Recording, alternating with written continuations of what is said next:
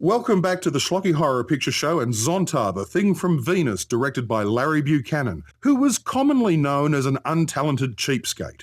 For instance, NASA has been apparently downsized to only 4 scientists who spend their time reviewing stock footage of rocket launches. I'm reluctant to start mocking Zontar for fear I won't be able to stop, so I'll discuss the, latent talent in front of Larry's 16mm camera. I almost feel sorry for the actors. Almost. Not just for being stuck in a film this bad, but for having to look threatened by those flying yabbies.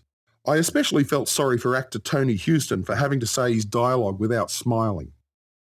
Tony Houston plays Keith with real relish, probably because this is his most prominent role ever. As an actor, no one would hire him, so he decided to write his own screenplays, then insert himself into them. As a result, Tony wrote 7 films and appeared in a total of 7 films, including Comanche Crossing, Curse of the Swamp Creature, Mars Needs Women, and The Eye Creatures, which I hope to inflict upon you soon. Tony Houston has often been confused with the talented writer Walter Anthony Houston, son of director John Houston and brother to Angelica. Even the IMDb mistakenly lists Tony's real-life wife Pat Delaney as John Houston's daughter-in-law. You shouldn't believe everything you see on the interweb, unless you're watching this online, in which case it's all true. Pat, who plays John Agar's suffering wife, probably had more decent roles than any other member of tonight's cast, albeit on television.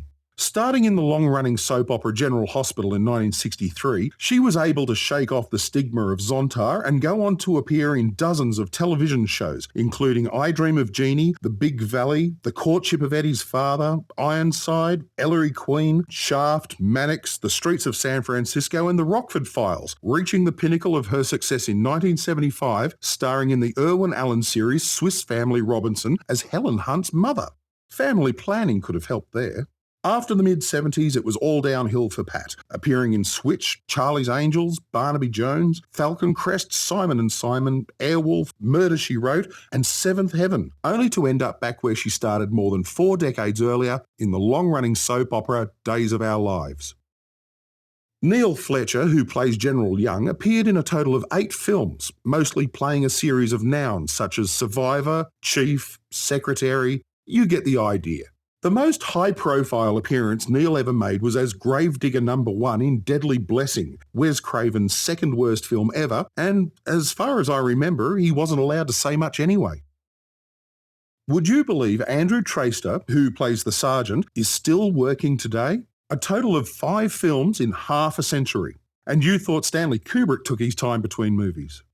Andrew's most recent appearance is in an epic comedy called Mommy and Me, due for release this year, which is described as a cross between Pretty Woman and Arthur. Make of that what you will. I looked it up on IMDb only to discover it's just one of 5 motion pictures called Mommy and Me produced in the last 4 years. Hollywood does it again, and again, and again, and again, and again. John Agar, who plays Dr. Kurt, once starred alongside the great John Wayne in The Sands of Iwo Jima, Big Jake, Chisholm, The Undefeated, and She Wore a Yellow Ribbon, but was eventually relegated to B-grade movies such as Tarantula, The Mole People, Brain from Planet Arros, and the Lucille Ball vehicle, The Magic Carpet.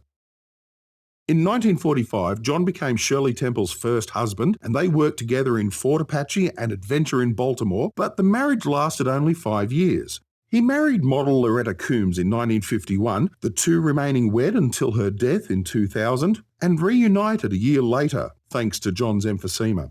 He's memorialised in Frank Zappa's The Radio Is Broken and the Young Fresh Fellows songs The New John Agar and Agar's Revenge. Strangely, the most talented name attached to Zontar the Thing from Venus doesn't even get a credit. Composer Ronald Stein.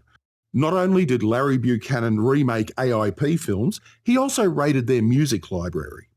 Ron Stein was assistant musical director for the St. Louis Municipal Opera in the early 50s, and it was at this time that he wrote to various music department heads at the film studios in search of advice. He received only one reply from Lionel Newman at 20th Century Fox, who simply said, "Don't come." He chose to ignore this sage advice, and from 1955 to 1959 he was the music director of American International Pictures, which just goes to show how right Newman was. Both Ron Stein and Les Baxter were staff composers at American International Pictures for many years, and though they never actually met, they co-scored at least 8 movies together.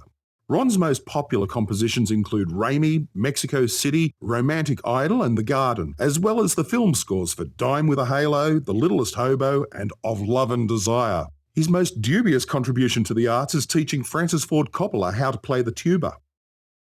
Speaking of industrial sabotage, let's get back to Zontar the Thing from Venus to see how his plan to dominate the Earth is coming along.